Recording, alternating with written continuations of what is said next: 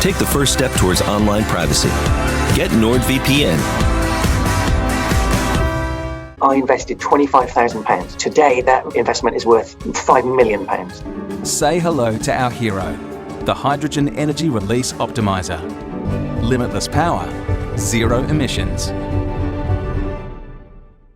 I'm recording this on, what's the date today?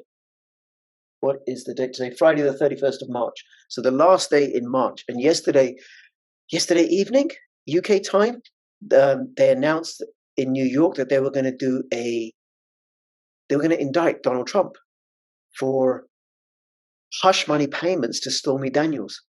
And I was upset. I was upset seeing that news. I was thinking, fuck. Now, I'm not a Donald Trump fan. You got to understand that, right? But I'm certainly not a Joe Biden fan. And what I do believe in, and I think it's important, is the rule of law and integrity. And then I look at the Guardian newspaper, and it's this morning, and its coverage of it, and I'm appalled.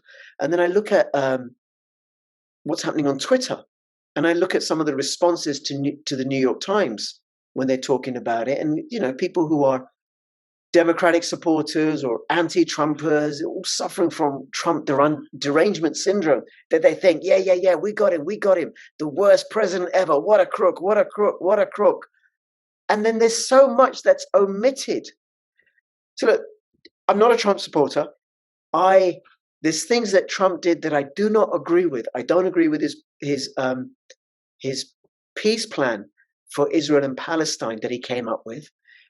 Because all that did, I thought, was just divide Palestinian areas into Bantustans even further, right?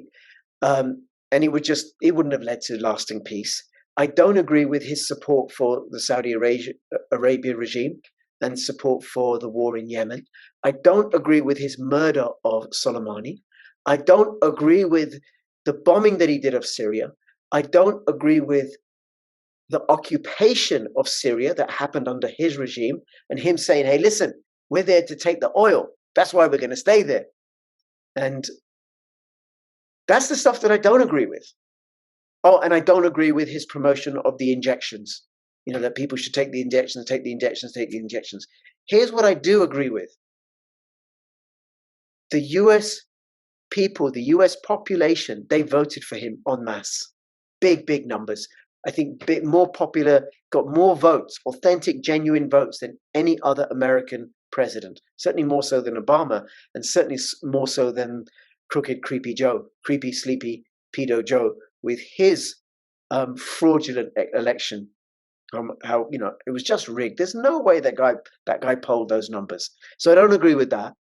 Actually, what I agree with is that he has popular support in the United States, and all you got to do is look up his rallies, how many people would turn up for his rallies.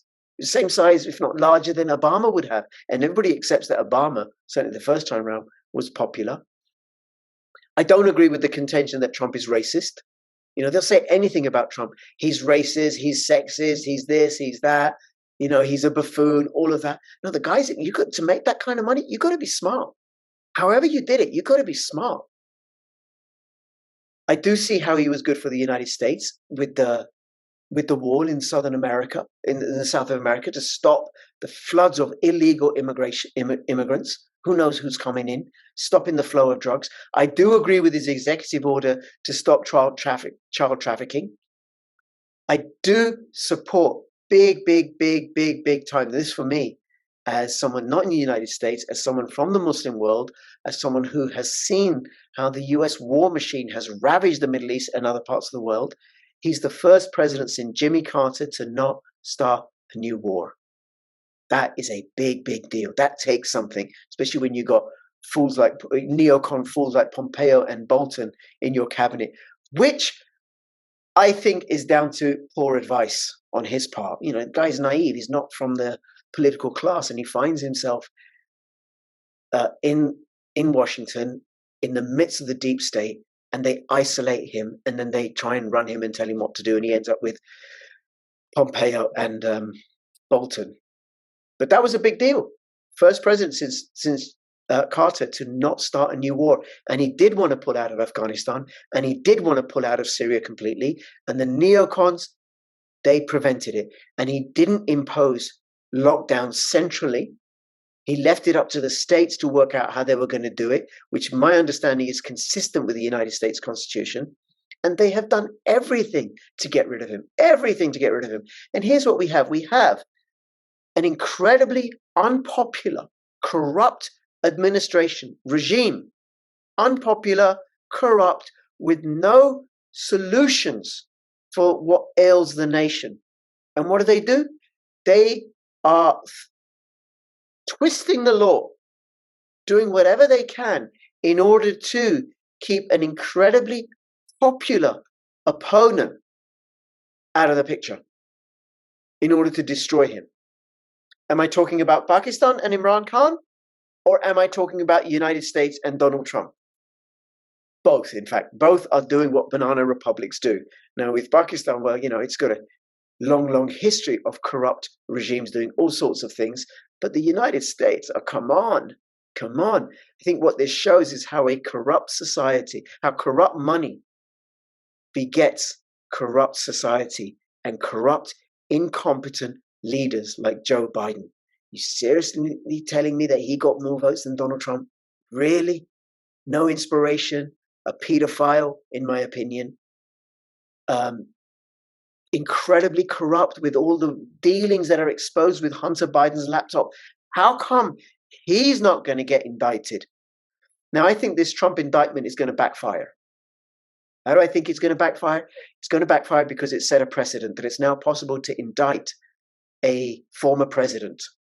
Now, here they're doing it on something, and I'll go into what I understand about the charges, right, that really has no merit to it. Meanwhile, Barack Obama, he ordered the execution of 4 American citizens without habeas corpus. In one of them being a 16-year-old whose crime was to be the son of somebody that the US government suspected of being a CIA, a leader within Osama bin Laden's organization. Al-Qaeda, that's it. The name escaped me, right? That was it. This 16-year-old was the son of someone they suspected of being a leader within Al-Qaeda. So Barack Obama signed an order, gave an order to the CIA to kill him via drone strike, and he's an American citizen. That's a pure violation of the United States Constitution. You cannot do that. Bad enough you do it to citizens of other countries, but do it to your own? Well, that's the actions of a tyrant, of an emperor. Then, of course, the illegal wars, the wars on lies with regards to Syria and Libya and Yemen and, of course, Iraq and Afghanistan. So they're not going to get tried, are they? The Bushes and Obama and Clinton, of course, Bill Clinton for the illegal bombing of Sudan and all the other actions that he's done and the affairs that he's had and the allegations of rape, and Hillary Clinton for conducting official US government business on an unsecured server, on an unsecured private server, and then destroying the emails, federal property. But not for him. Meanwhile, Donald Trump, so he's been indicted for what I understand is a misdemeanor, not a felony. It's also expired in terms of the statute of limitations. It no longer applies. Then Michael Cohen's lawyer issued a statement where he said that the money that Michael Cohen paid to Stormy Daniels was Michael Cohen's own money. Now, of course, that could have been a lie, but all of this happened before Trump was running for, this alleged affair happened before he was running for president. And the idea about the hush payments is that, well, he wanted to keep it quiet so it didn't come out during the election. It's very, very important that we have electoral integrity and that we don't allow candidates to suppress stories that might make them unpopular. Like if your son has a laptop with all sorts of dodgy dealings that your father, who's running for candidacy, has been involved in, 10% for the big guy. It's very, very important that that information is available in the public sphere. And to suppress it, that's not on. So the allegation is that Donald Trump did that.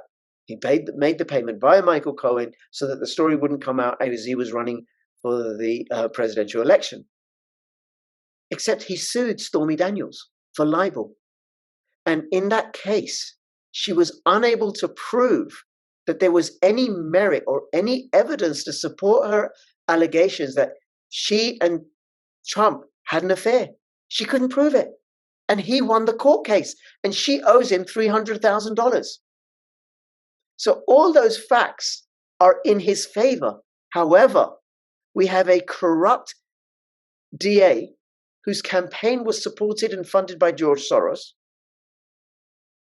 in the New York district, which is heavily Democratic, which is populated by people who are so blinded by their own partisanship. They just cannot see, no, wait a minute.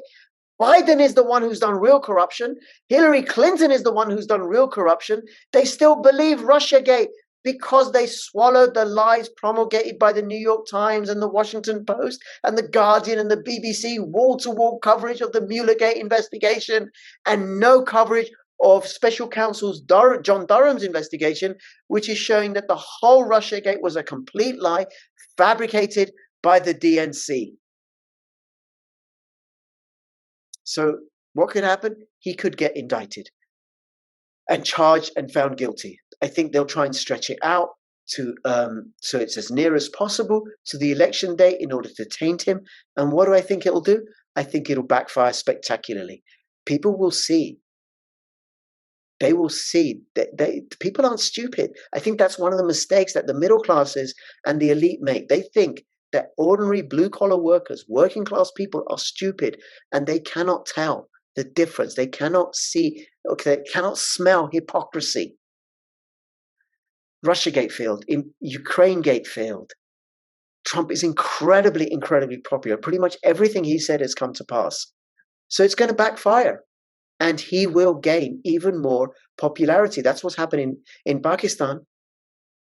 But it's breaking Pakistan. I don't necessarily mean the nation is going to split, but people are so divided, so angry, and the government's got more and more repressive.